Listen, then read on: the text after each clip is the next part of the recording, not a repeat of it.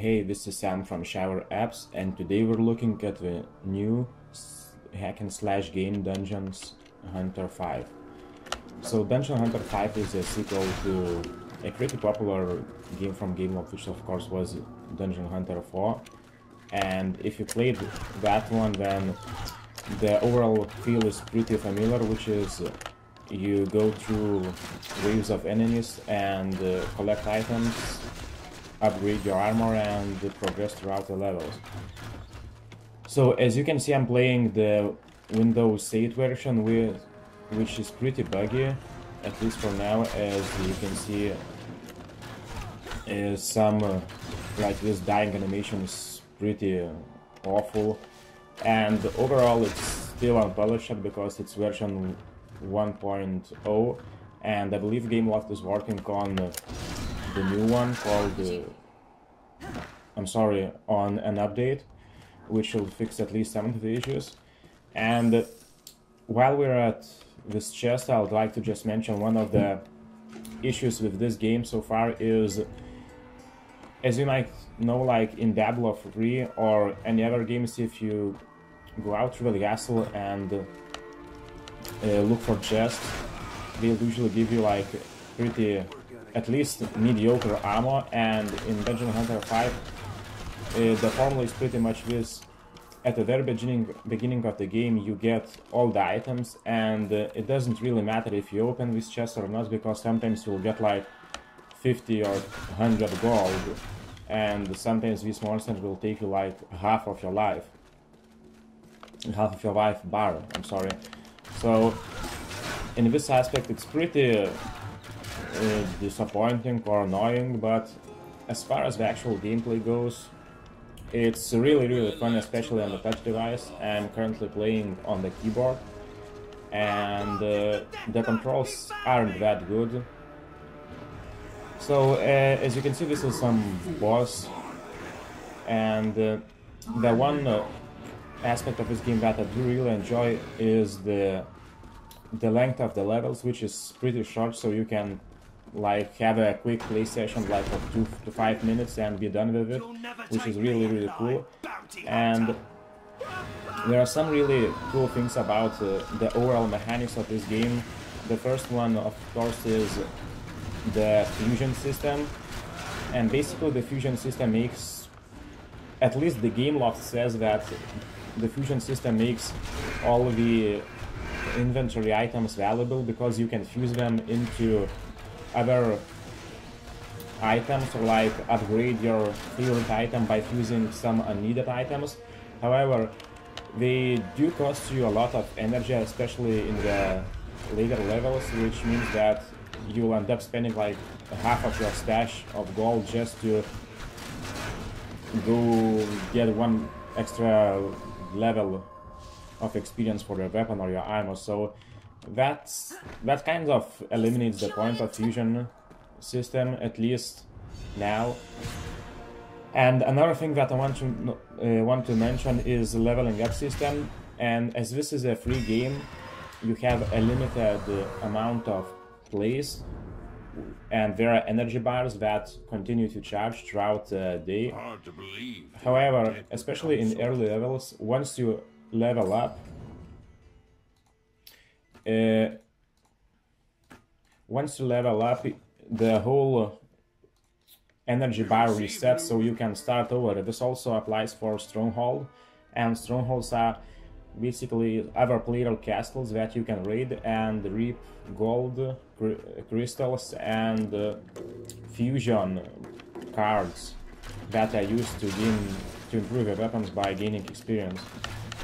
There are also 3 different I guess skills. The first one is, as you can see, lighting. There are of course many others, like ice bolts and fire dashes and so on. The other 2 ones are a belt, which Gameloft calls the most epic of all skills, although that isn't exactly the case.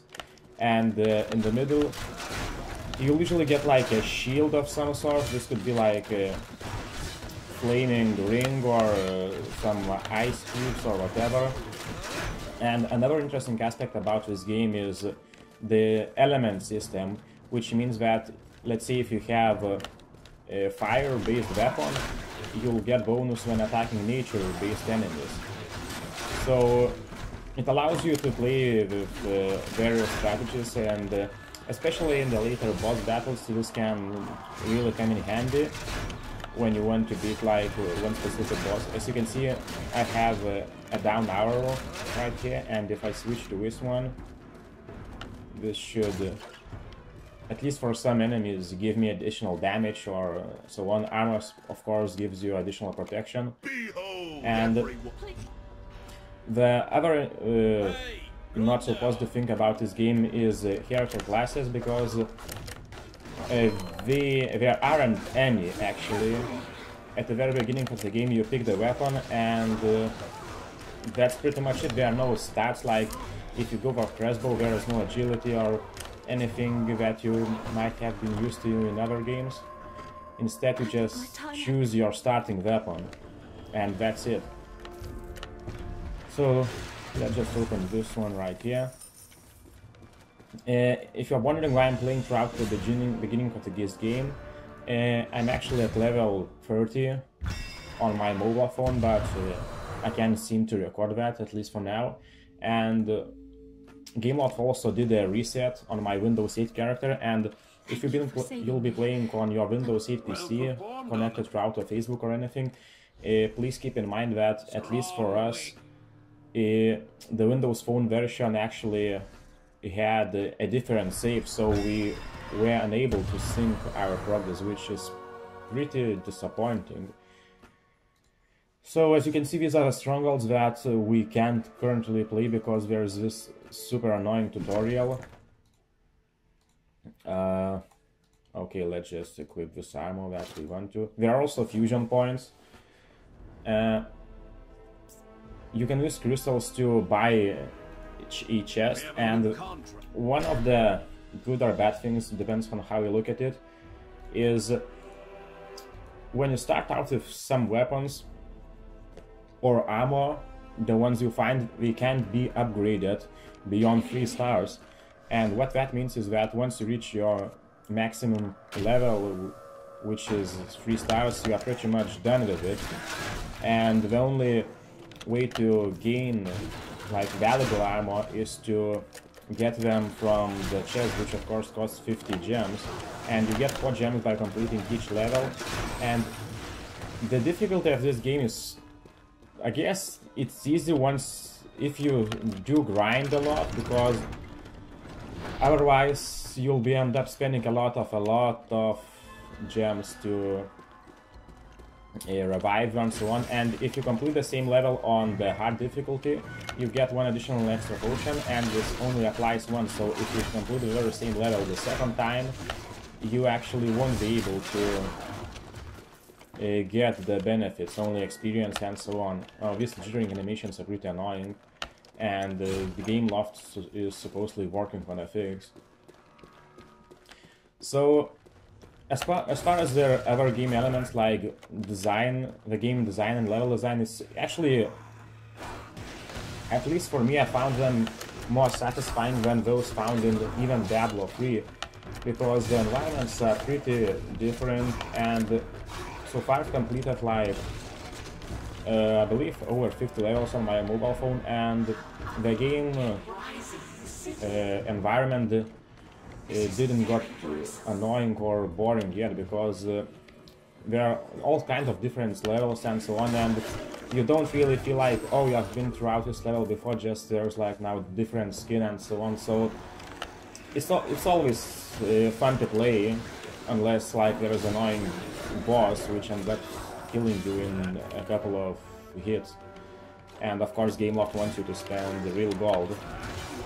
One of the other annoying things in this game is that, at least in the early stages, the game prefers you to use a crossbow, because since health potions are limited, there's not much you can do without a crossbow or a magic event, because yeah, now I'm killing enemies real easy, but in the later levels, when you're surrounded by monsters, they will just end up taking whole your life bar, and you'll just have to switch to the crossbow or anything like that.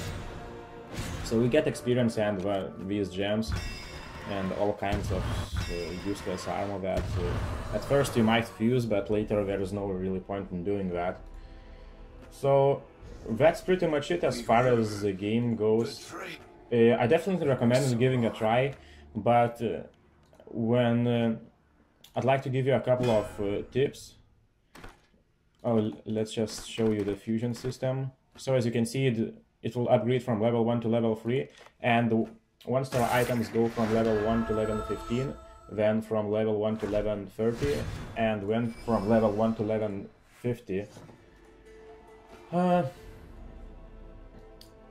So, as I mentioned, I do recommend this game because I do find it really enjoying. Here you can select like other computer-controlled characters that are based on real people characters, and at least in the beginning you'll definitely enjoy this game, and you'll start to feel the frustration once you reach like level 10, 20 or so on, because the difficulty will rise and you'll have to grind in order to advance.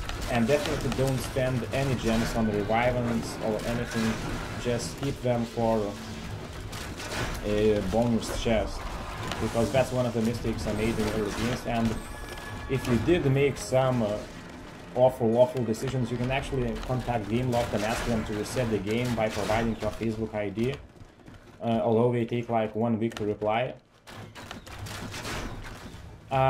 There are also special events which give you gems and health potions, so overall once you reach the later levels and you start playing events and so on, it's basically a 5-minute play and then 5-hour wait or so on. There are also, you can play strongholds at that time, which recharges at 1 stronghold wait per hour.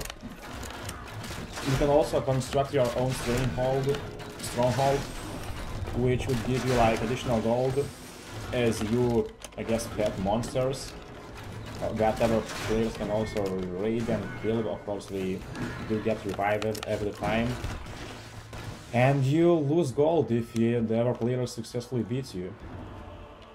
So let's just complete this level, which I've completed like dozens of times. And there we go. I'd give this game 9. At first I gave it 9, then once I reached later difficulties I've changed my mind to 8, because it was just unfair. But after playing it again and grinding a little bit throughout other levels, and especially participating in events, you can definitely complete this game without spending any of your real money.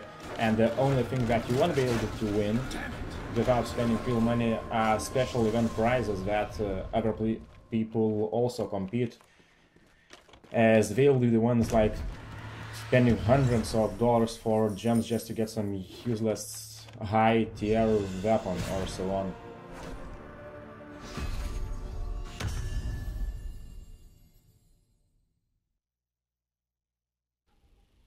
So definitely give this game a try and let me know what you think about it.